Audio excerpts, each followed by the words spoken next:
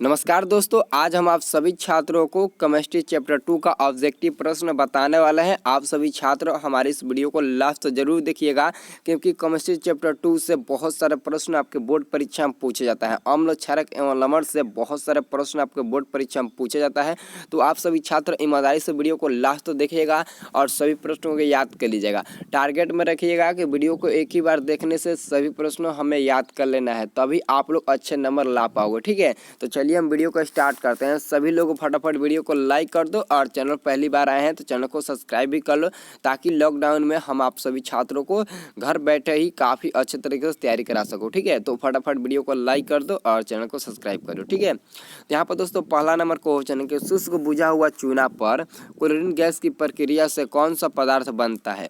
तो याद रखिएगा, विरंजक चूर्ण बनता है। इसका सही जवाब क्या हो जाएगा दोस्तों? ऑप्शन नंबर ए हो जाएगा, विरंजक चूर्ण। और कभी कभी आपके बोर्ड परीक्षा में पूछा भी जाता है कि विरंजक चूर्ण का रासायनिक सूत्र क्या होता है। तो याद रखिएगा, विरंजक चूर्ण का रासायनिक सूत्र क्या होता है? CaCO Cl2। ठीक है, CaOCl2 जो विरंजक चूर्ण का रासायनिक सूत्र कहलाता है। ये आपके क्वेश्चन पूछा जाता है बोर्ड में। ठीक है, याद रखिएगा। अगला क्वेश्चन है दोस्तों 2 नंबर कि लिटमस रंजक बैंगनी का रंग होता है जो निकाला जाता है।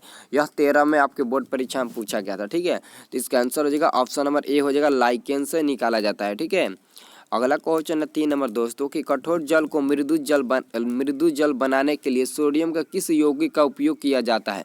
तो याद रखिएगा, सोडियम कार्बोनेट। ऑप्शन नंबर क्या हो जाएगा? बी हो जाएगा। और कभी कभी पूछता है कि सोडियम कार्बोनेट का रासायनिक सूत्र क्या होता है? तो याद रखिएगा Na2CO3। आप ऐसा मत बताइएगा NaHCO3। ठीक है, याद रखिएगा Na2CO3 सोडियम कार्बोनेट। ठीक है, ऑप्शन नंबर क्या हो जाएगा? बी हो जाएगा, याद रखिएगा। अगला क्वेश्चन दोस्तों इस प्रश्न को याद रखिएगा हमेशा के लिए, इस चैप्टर के सभी प्रश्नों को, क्योंकि इसी से बहुत सारे प्रश्न पूछे जाते हैं। ठीक है, तो ईमानदारी से आप लोग हमारे चैनल के साथ जुड़े रहिएगा, ताकि लॉकडाउन में घर बैठे हम आपको सभी सब्जेक्ट का चैप्टर बाई ऑब्जेक्टिव क्वेश्चन का तैयारी करा सकूँ। ठीक है, और इसके बाद से मैं आपको सब्जेक्टिव क्वेश्चन का तैयारी कराऊंगा। ठीक है, यहाँ पर दोस्तों अगला क्वेश्चन है 4 नंबर के निम्नलिखित में कौन विजातीय यौगिक है? तो इसका हम लोग आंसर देंगे ऑप्शन नंबर डी को, plaster of Paris. Plaster of Paris का भी रासायनिक सूत्र होता है, याद कर लीजिएगा, पूछा जाता है आपके बोर्ड परीक्षा में। और प्लास्टर ऑफ पेरिस का 2 उपयोग भी पूछा जाता है। प्लास्टर ऑफ पेरिस का 2 उपयोग बताए, 2 नंबर के लिए पूछा जाता है। ठीक है, तो ऐसे में मैं आपको ऑब्जेक्टिव का तैयारी कराने के बाद ही आप सब्जेक्टिव का तैयारी कराऊंगा। ठीक है, तो आप लोग मतलब कि ध्यान से देखिएगा इस वीडियो को। ठीक है, और चैनल पर बने रहिएगा। अगला क्वेश्चन है 5 नंबर कि निम्नलिखित में पीएच का मान क्षारक विलयन का मान देता है। मतलब कि कौन सा इसमें से जो ऑप्शन है जो क्षारीय विलयन को दर्शाता है। ठीक है, तो आपको याद होगा कि अम्लीय विलयन का पीएच मान 7 से कम होता है, और 7 से कम होता है इसका मतलब कि 2 और 6 हो जाएगा। और उदासीन विलयन का मान 7 होता है, सिर्फ 7 ही होता है। और क्षारीय विलयन का मान 7 से अधिक होता है, तो 7 से अधिक 13 है, तो हम लोग 13 पर ही टीके लगाएंगे। ठीक है, ऐसे करके आप लोगों को याद लिखाना है। ये सभी प्रश्न मतलब कि आपके बोर्ड ही परीक्षा में पूछा गया है, काफ़ी महत्वपूर्ण ये प्रश्न है। ठीक है, याद रखिएगा। अगला क्वेश्चन दोस्तों यहाँ पर देखिए, अगला क्वेश्चन है 6 नंबर दोस्तों कि सोडियम हाइड्रोक्साइड का पीएच मान होता है लगभग। सोडियम हाइड्रोक्साइड यानी कि NaHCO3। ठीक है, सोडियम हाइड्रोक्साइड। ठीक है, तो सोडियम हाइड्रोक्साइड एक का जो सोडियम हाइड्रोक्साइड यानी NaOH। ठीक है, तो सोडियम हाइड्रोक्साइड का पीएच मान लगभग होता है, तो लगभग क्या इसका पीएच मान 14 होता है, जो क्षारीय में आ जाएगा। ठीक है, 7 नंबर प्रश्न है कि निम्नलिखित में कौन सही है? निम्नलिखित में कौन सही है दोस्तों? यहाँ पर 4 ऑप्शन दिया गया और चारों में से कोई एक ऑप्शन है जो सही होगा, और वो रासायनिक सूत्र किसी न किसी मतलब कि का होगा। ठीक है, तो याद रखिएगा, इसका सही हम लोग जवाब क्या देंगे? 7 नंबर का ऑप्शन नंबर बी देंगे, सोडियम कार्बोनेट इंटू डेकाहाइड्रेट, जो किसी यौगिक का अणुसूत्र होता है। तो आप लोग याद रखिएगा। ठीक है, और अगला प्रश्न हम 8 नंबर देखेंगे दोस्तों।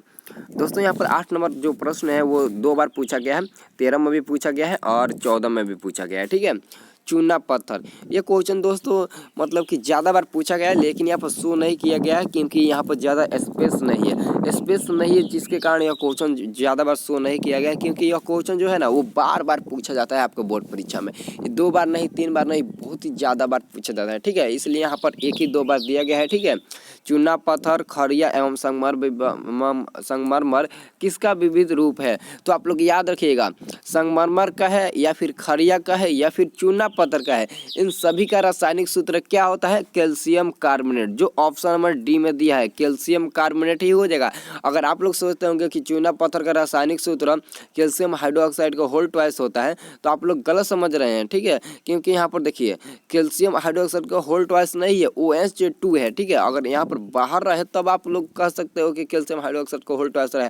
अगर मान लेते हैं कि बाय द वे CaOH का होल ट्वाइस दे दे, तो आप लोग इस पर टिक मत लगाइएगा, क्योंकि साथ में चूना पत्थर का आ रहा है, साथ में खड़िया भी है और साथ में संगमरमर भी है। अगर चूना पत्थर का आपका रासायनिक सूत्र खड़िया का नहीं याद है, लेकिन आपको संगमरमर को तो अवश्य याद होगा, क्योंकि संगमरमर का रासायनिक सूत्र CaCO3 होता है। तो ये तीनों एक ही है, ठीक है। तो इसका हम लोग आंसर देंगे ऑप्शन नंबर डी, ठीक है।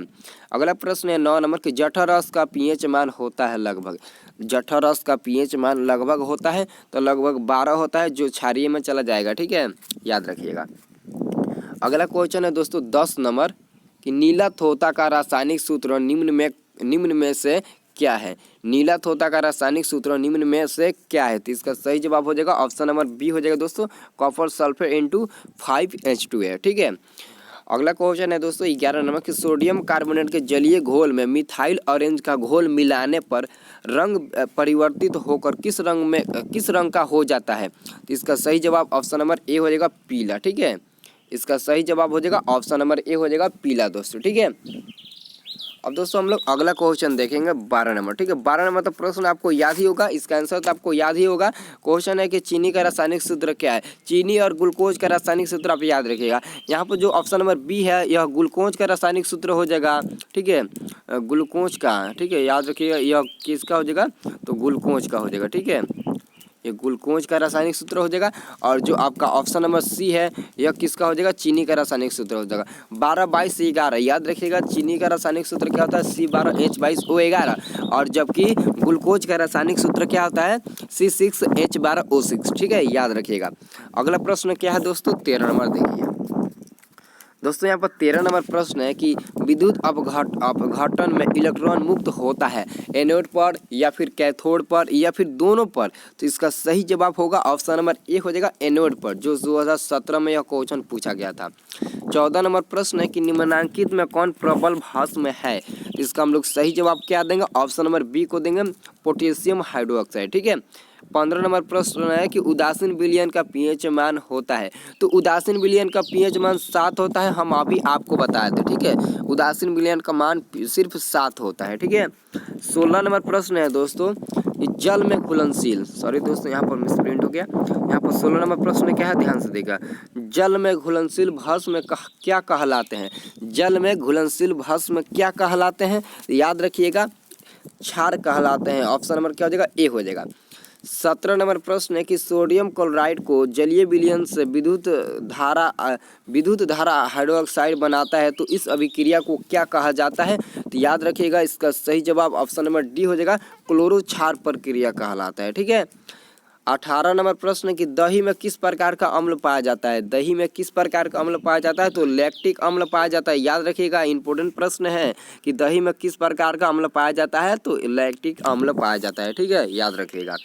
अगला प्रश्न है 19 नंबर है दोस्तों कि निम्नलिखित में कौन अम्ल नहीं है? निम्नलिखित में कौन अम्ल नहीं है? तो याद रखिएगा, इसका सही जवाब ऑप्शन नंबर डी हो जाएगा, पोटेशियम हाइड्रोक्साइड, जो एक अम्ल नहीं है। जबकि हाइड्रोक्लोरिक अम्ल ये हो जाएगा, सल्फ्यूरिक अम्ल हो जाएगा, ये हो जाएगा HNO3 अमोनिया अम्ल हो जाएगा, ठीक है।